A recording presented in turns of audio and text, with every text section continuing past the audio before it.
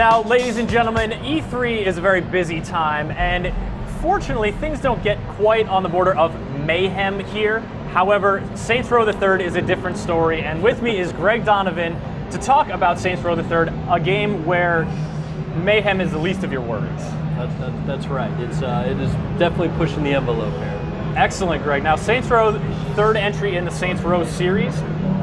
Saints Row 2, obviously open world action game, lots of craziness going on. One of these games we used to gather around in the office and just see, you know, just start throwing people into the river or try to fly planes with no clothes on. Like right. Silliness, just real open world playground kind of stuff. Is that what you're going for with Saints Row the Third as well? Yes, and then some. I would say that I think Saints Row 2 solidified its identity of being over-the-top gameplay. Yeah. We wanted to take that theme and that vision and prescribe it to everything, the whole experience. So, and I don't mean to interrupt you now, but there's already mayhem going on right now. There's, you know, indiscriminate punching in the groin. One of the great things about the open world games, the sandbox gameplay, and our philosophy with the whole over the top is, you know, why let players just punch pedestrians when you can like take them down by flying takedowns and punching them in the nuts, and then strike a pose afterwards, which is really what makes it.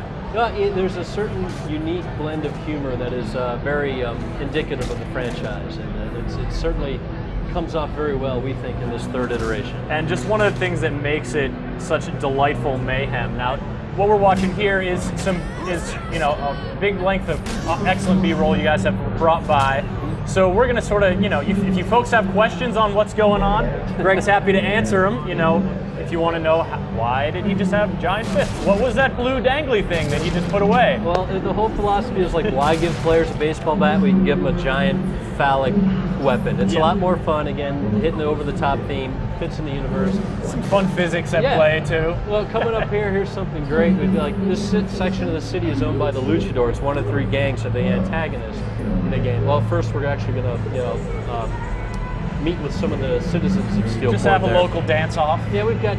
Because you don't always want to punch someone until they explode. Sometimes you want to dance. Right, when they look like that. But you get a reward if you take these guys out. And then you could do it with an AK-47, but let's do it with calling in an airstrike.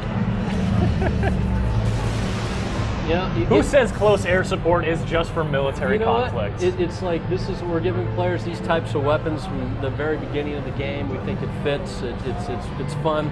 So right out the gate, people aren't going to have to wait too long to start going crazy. Correct. I mean, it's like the start of Saints Row the Third. The Saints are at the top of their game. I mean, they're well-known celebrities. They've licensed out their image on lunchboxes, bobbleheads, tennis shoes, energy drinks, so they've got all this money and power, and contextually for design, it makes sense that we can give players these airstrikes and fun weapons right from the get-go. Sandbox gameplay is more fun when you have fun toys to play in it. That's absolutely true, and when you can just pick up and get to that fun stuff, you don't have to wait a huge long time. Now, I presume there will be some kind of progress throughout. You will get access to different stuff or, you know, new areas. Talk to me about how the game changes as you play. Right, okay, so the basic backstory is that there's this group called the Syndicate. The Syndicate is made up of three gangs. You know, they are a conglomeration of very powerful gangs. They ask the Saints to join them. The Saints say, no way, we want to be by ourselves. That creates the initial conflict. They kidnap the Saints, who bust out of their private jet and land in their city. It's called Steelport.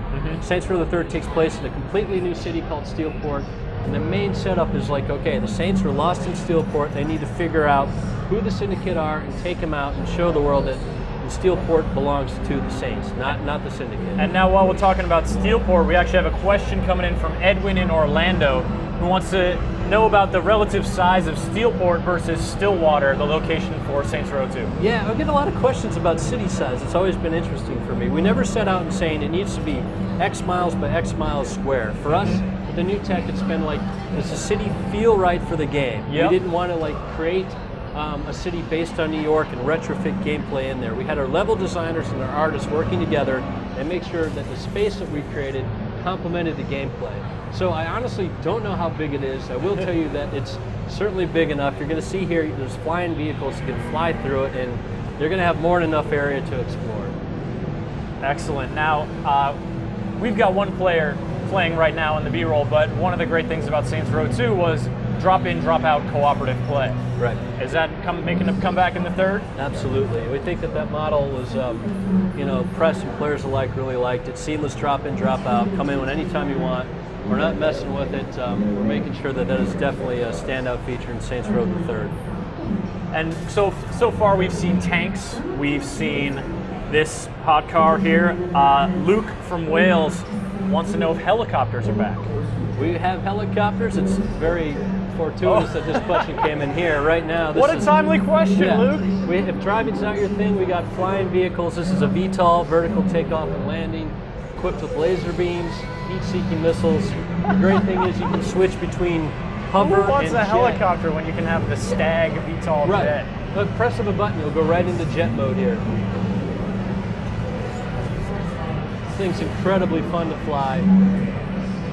And are we getting a glimpse now with these skyscrapers in the background of just how big Steelport is? Yeah, exactly. That gives you that's a skyline. Those are the hero buildings. These are those really tall hero buildings. Each one is owned by a gang in the syndicate. You know, and what's great as far as customization goes, as you progress through the game, you'll be able to customize your own section of the city skyline, create your own stronghold, so you can create your own super skyscrapers at the edge of the island. Oh, excellent. Yep. And now, if you're creating your own skyscraper, do you have any artistic direction over those, perhaps to make them inspired by a favorite melee weapon?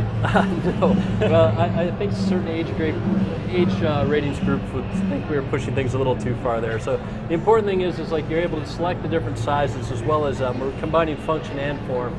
So you'll get like a helicopter pad as part of your upgrade.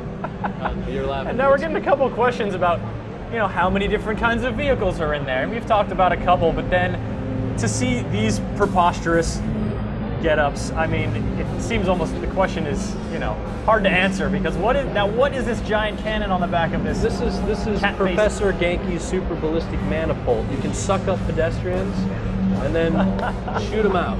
And Professor Genki's a persona in the Steelport. In Steelport, he runs an underground activity called Professor Genki's Super Ethical Reality Climax Show.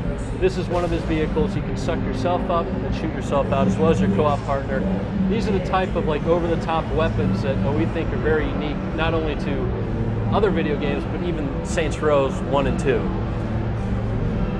Yeah, I can't say that a portable human catapult with a Cheshire Cat face is something I've seen before. You know, and that's a good 11, thing. we're joined by Dan Hay, creative Absolutely, producer. lots of fun, and it looks like we've reached the end of the B-roll there with that sweet dance move. Is that the case, or is it? I believe so, yes. All right, well, Greg, Saints Row the Third now, we still got some time, so folks are asking questions. They're curious to know about, certainly there's plenty of ways for you to express yourself in Steelport and get up to all kinds of mischief. Give us an idea of some of the actual objectives you'll have to accomplish in your adventure. Okay, yeah, well, we're talking about critical path here, like the main narrative. Mm-hmm. When you find yourself in Steelport, you need to find out who the syndicate is, and you come to discover that it's comprised of 3 main gangs, and so you basically have to go through and take out each of the gang leaders. And about midway through the game, the U.S. government's watching this initial conflict, and they say, this is crazy, this is ridiculous, and they create this group called STAG. STAG is the Special Tactical Anti-Gang Unit, and they send in this force whose task is to just wipe out not only the Saints, but also the Syndicate. So about midway through the game, it's like the whole world's set on fire, and you've got this additional antagonist. You got a whole new set of problems. Yeah, and you know, the STAG, you know, kind of near future government group, that gives you some interesting toys about midway through the game as well. Care to tell us about one of them? Later on in the campaign. Well, we did see the Stag jet, so yeah, maybe that's VTOL is just a little. It's a taste of things to come. Okay, and if we're starting with the Stag jet and manned catapults and a tank and airstrikes, who knows? Obviously, there's plenty of room to improve on that. Yeah, you know, it's just from the beginning. It was all about like not only meeting players' expectations, but exceeding them and pushing the envelope. And we're very, very excited that later on in the campaign we have some really crazy, ridiculous, good things to show you. Now, we've talked a lot about sort of the campaign and that there's co-op throughout. Do we have multiplayer modes that we're speaking of today? We do not have competitive multiplayer modes, and I know a lot of people are upset and disappointed about that, but early on we wanted to focus on what we thought was the core of the game, single player and co-op experience, and make that as like robust and polished and focused as we could. And in Saints Row 2, one of the fun co-op experiences was a game called Zombie Uprising, which was sort of something outside of the main action, like a diversion, if you will. Yes. Does Saints Row the Third boast any similar diversions? Yeah, it absolutely does have a. It's like we are capitalizing on our experience from making SR1 and SR2, and we know that Zombie Uprising is a super popular activity. We are taking that and putting our own Saints Row the Third special spin on it. And I think players who like that activity are going to be blown away by what we've come up with. Zombies again, or something all new? Zombies and then some. And then some. Yeah. We're taking suggestions on what and then some could possibly be, because my mind just reels.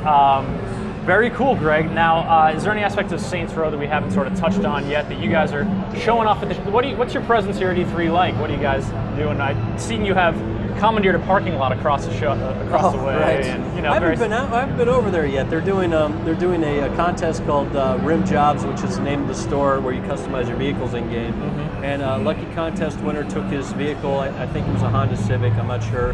And they're gonna, it's like Pimp My Ride. They're gonna trick it out. I don't know what they're gonna make it into. But, okay. It's actually gonna be worth quite a bit more when they're done with it. And they also have, I'm told, a car wash, which is presumably being run by scantily clad. I believe, yes, women in bikinis probably are, applying. That seems in keeping with the sort of lighthearted attitude you guys are going for. Yeah, and E3 in general, right? So. All right. Well, so Saints Row the Third coming out for which platforms, and when can folks start just wreaking havoc in Steelport?